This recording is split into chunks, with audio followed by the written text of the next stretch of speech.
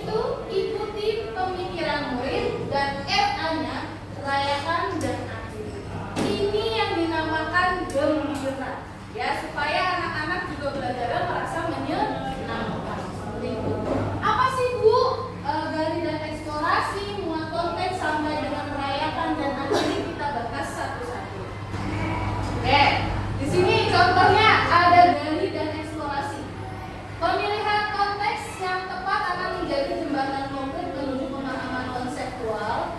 Kriteria dalam pemilihan konteks dan proses eksplorasi perlu guru perhatikan, diantaranya bermakna dan relevan dengan pengalaman anak murid, mendorong eksplorasi numerasi, melibatkan tindakan konkret, menumbuhkan minat dan keterlibatan, bersesuaian dengan konteks lokal, yang terakhir mendukung transisi ke abstraksi. Jadi dari konkret beralih ke simbolik. Contohnya bagaimana Bu?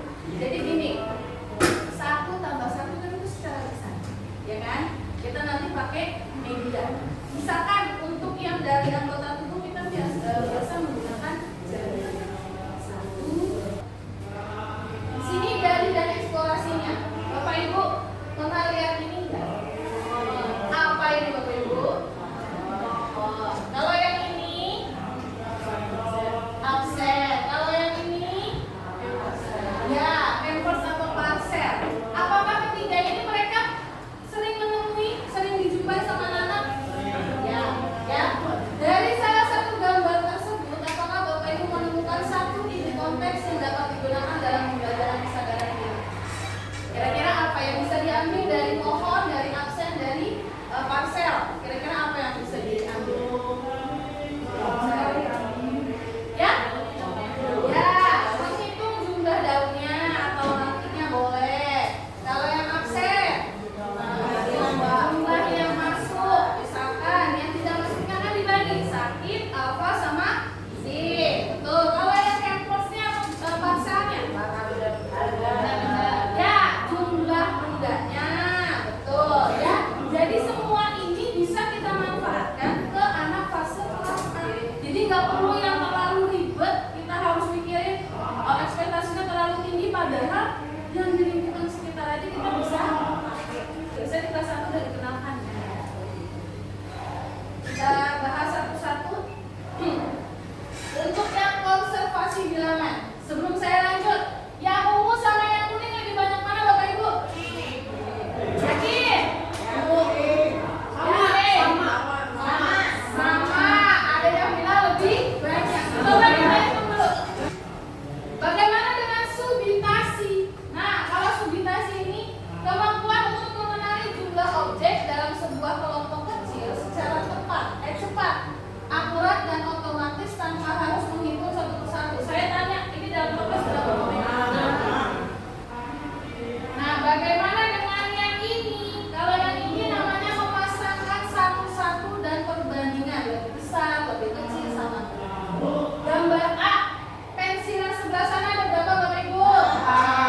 Yang sebelah sini? Nah, karena ini menanyakan jumlahnya, berarti kata-kata yang lebih tepat adalah lebih banyak. Seperti itu. Lalu, bagaimana dengan ayam yang di sebelah sini? Yang di sebelah sini?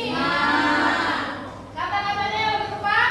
Lebih. 2 lebih sedikit dari 5. Ini untuk menyatakan jumlahnya. Nanti kalau kita mau mempraktekkan ada buah jeruk dengan buah melon, nah, itu berarti bahasanya yang tepat atau tidak? Lebih besar atau lebih kecil? Seperti itu.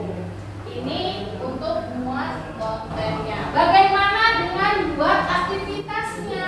Nah, nanti setelah kita sudah mengenali anak-anak, kita ambil dari lingkungan sekitar, kita kasih pemahaman mengenai konservasi, subitasi, sama memasangkan, kita langsung beralih ke aktivitas anak Bapak Ibu. Di sini aktivitas pembelajaran dengan konteks daftar hadir. Nah, sekarang kita ambil contohnya yang absen. Ya, kalau yang tadi sekarang absennya. Di sini Bapak Ibu menyiapkan daftar hadir kelas dengan ukuran kecil dan besar, kartu nama murid dan papan tulis. Biasanya kalau tiap kelas Bapak Ibu udah menyiapkan absen yang menarik ya. Ada yang modelnya pakai foto kepalanya doang,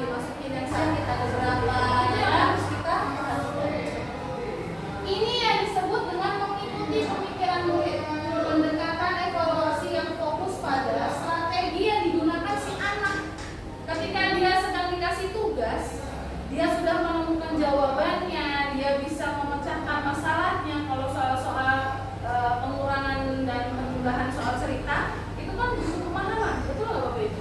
Kalau dia misalkan Andi mempunyai 5 pensil diberikan kepada Yuli 2, kalau dia nggak tahu apa itu maksud dari diberikan, yang dia tahu itu ditambah aja. Kalau yang pertama 5, Yuli kasih 2, ya kan? Padahal dia nggak tahu konsep dari diberikan itu berarti itu. Nah itu harus kita perhatikan. Jadi jangan lagi ada yang anak nanya nanti, Bu, ini diapain sih Bu? Dikurang apa ditambah apa diapain? Itu harus sesuatu tambah berpikir. Lanjut, ini dia rayakan dan akhiri. Tahapan terakhir dalam alur gembira yaitu rayakan dan akhiri berfungsi sebagai momen reflektif sekaligus apresiatif dalam pembelajaran numerasi. Guru bersama siswa diajak untuk merenungkan kembali seluruh proses yang telah dilalui melalui dari strategi yang digunakan, keputusan yang diambil, hingga cara berpikir yang memimpin penyelesaian suatu tugas. Dan pada tahapan ini dapat menjadi kesempatan untuk merayakan pencapaian baik dalam bentuk keberhasilan memahami konsep maupun usaha siswa dalam berpikir dan berproses. Ini sama aja kita mengevaluasi lalu kita berikan persepsi misalkan atau tepuk wow atau tepuk good job dan sebagainya, itu anak-anak sudah merasa dihargai. Dia senang banget Bapak Ibu. Jadi memang ini yang dinamakan rayakan dan akhiri. Nah, jadi kurang lebih seperti itu apa sih yang dinamakan dari gembira ya Bapak Ibu. Mudah-mudahan meskipun secara singkat bisa dapat. Gerakan numerasi nasional, mari numerasi majukan negeri. Tepuk tangan. Ya, sekali lagi sebagai penutup Bapak Ibu, jangan bosan ya. Wajah cemberut terlihat kurus, pemandangan menebar bungus. Maka mati tak perlu latihan terus, jangan sekedar menghafal rumus. Sekian.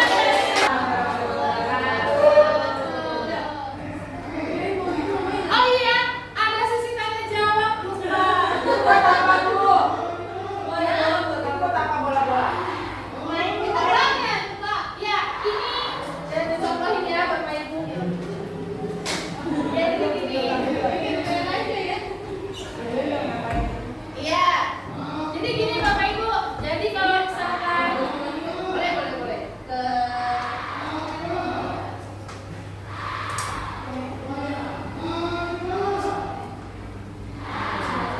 Oke, gini Bapak Ibu. Jadi untuk pemahaman kan kita pasti setiap sekolah ada guru olahraga, ya kan? Bingung nih medianya yang bisa kita gunakan apa ya? Kalau kelas 1 kan bilangan 1 sampai 10. Terus kalau kelas 2 itu sudah agak tinggi ya, sudah sampai 40 ya Bapak Ibu. 50. Ini bisa kita gunakan Bapak Ibu. Pinjam sama guru olahraga.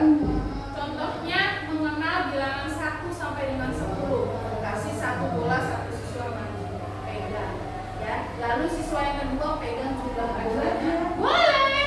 Silakan Bu Destrita, kesediaannya Bu Sati. Iya, Bu Fira, Bu Firly boleh. Yang maju nanti dapatkan saya. Iya, sebentar ya. Sebentar dulu boleh. Saya yang maju dapat apa? Oh, enggak. Ya. Boleh. Boleh di mana juga boleh coba. Ya. Wah, Rizka nih. Mantap, tadi kita pas Monika. Nah, yuk coba perhatikan. Kalau 1 jumlah bolanya berapa?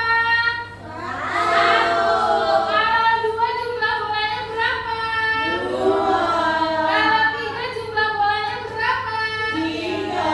Kalau 4 jumlah bolanya 4. Seperti itu Bapak Ibu. Jadi menggunakan media yang konkret, yang asli, yang bisa dipegang kalau bisa. Ya, ini contoh pakai media bola. Jangan duduk dulu ya Bapak Ibu. Saya sadar bahwa Terus, Kak, kalau bilangannya sudah agak banyak, yang lebih banyak. Nah, kan ini menemukan ini dulu di mana? Saya.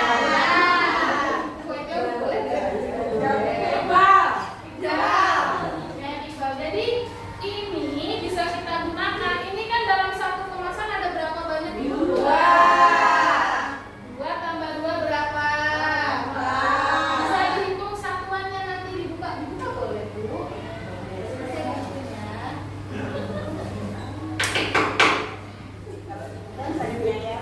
Oh iya ya, nanti ya. Nah, jadi seperti ini. Dalam satu plastik ada berapa tadi? 2. Ketika dijadikan bersama-sama dia akan menjadi 4. Seperti ini. Ini ada 3 pasang. Kira-kira kalau dibuka jadi ada berapa? 6. Ini. Kalau jadi ada 4 ada berapa? 8. Nah, sekarang coba tuliskan. Coba dikasih unjuk teman-temannya. 20.